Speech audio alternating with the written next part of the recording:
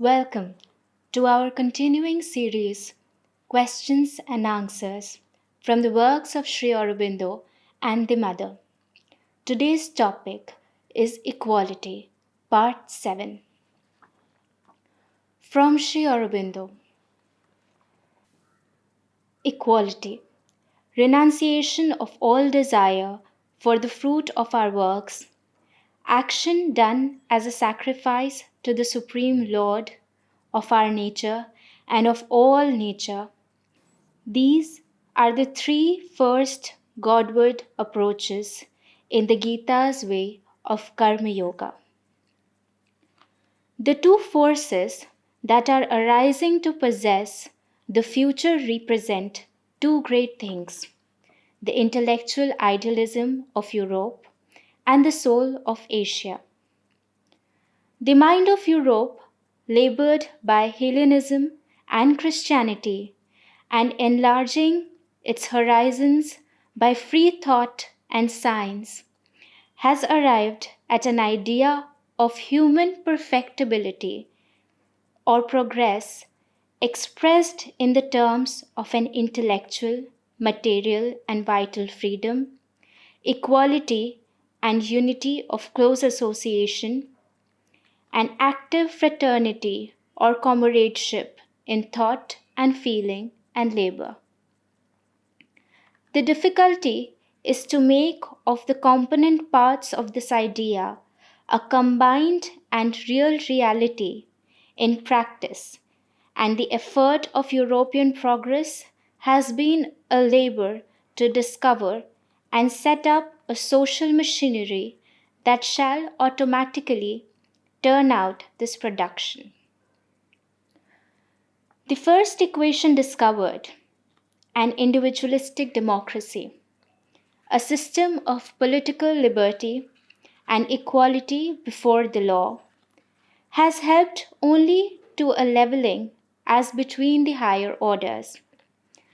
The competitive liberty of the strongest and most skillful to arrive.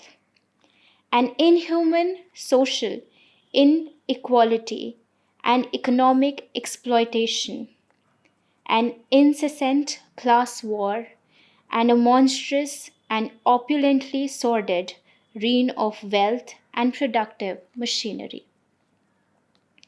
It is the turn now of another equation, an equation as absolute as can be fabricated amid the inequalities of nature by reason and social science and machinery, and most of all, an equal association in the labor and the common profits of a collective life.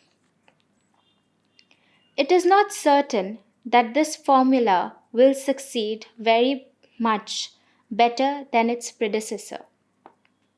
This equality can only be presently secured by strict regulation, and that means that liberty, at least for a time, must go under.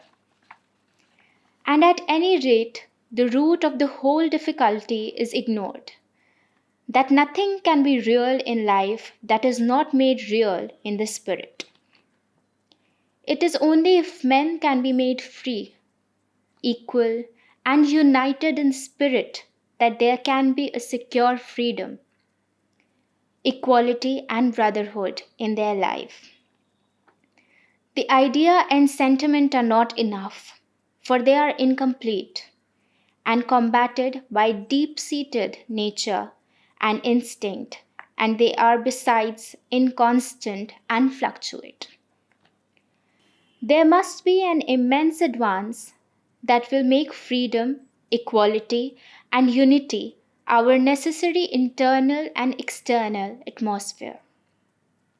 This can come only by a spiritual change, and the intellect of Europe is beginning to see that the spiritual change is at least a necessity. But it is still too intent on rational formula and on mechanical effort to spare much time for discovery and realization of the things of the spirit. Asia has made no such great endeavor, no such travail of social effort and progress. Order, a secure ethical and religious framework, a settled economic system, a natural, becoming fatally a conventional and artificial hierarchy have been her ordinary methods, everywhere indeed where she reached a high development of culture. These things she founded on her religious sense and sweetened and made tolerable by a strong communal feeling, a living humanity and sympathy, and certain accesses to a human equality and closeness.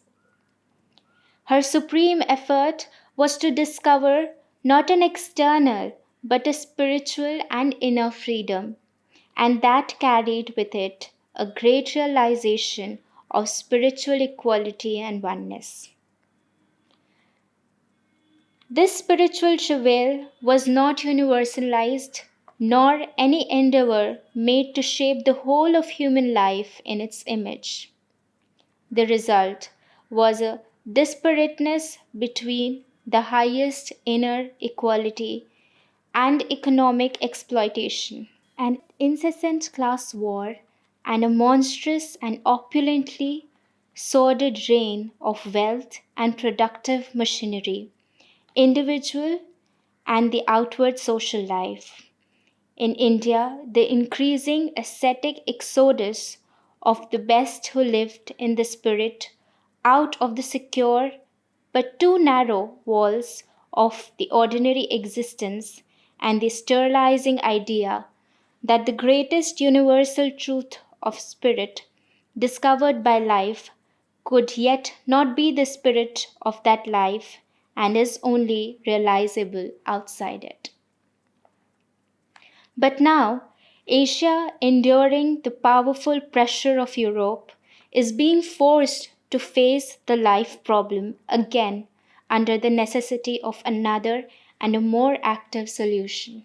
Assimilative, she may reproduce, imitate the Occidental experiment of industrialism, its first phase of capitalism, its second phase of socialism, but then her resurgence will bring no new meaning or possibility into the human endeavor.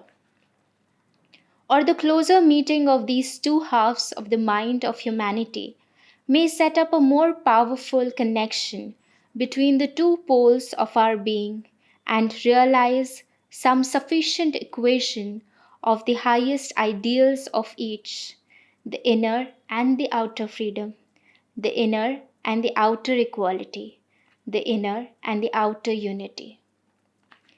That is the largest hope that can be formed on present data and circumstance for the human future.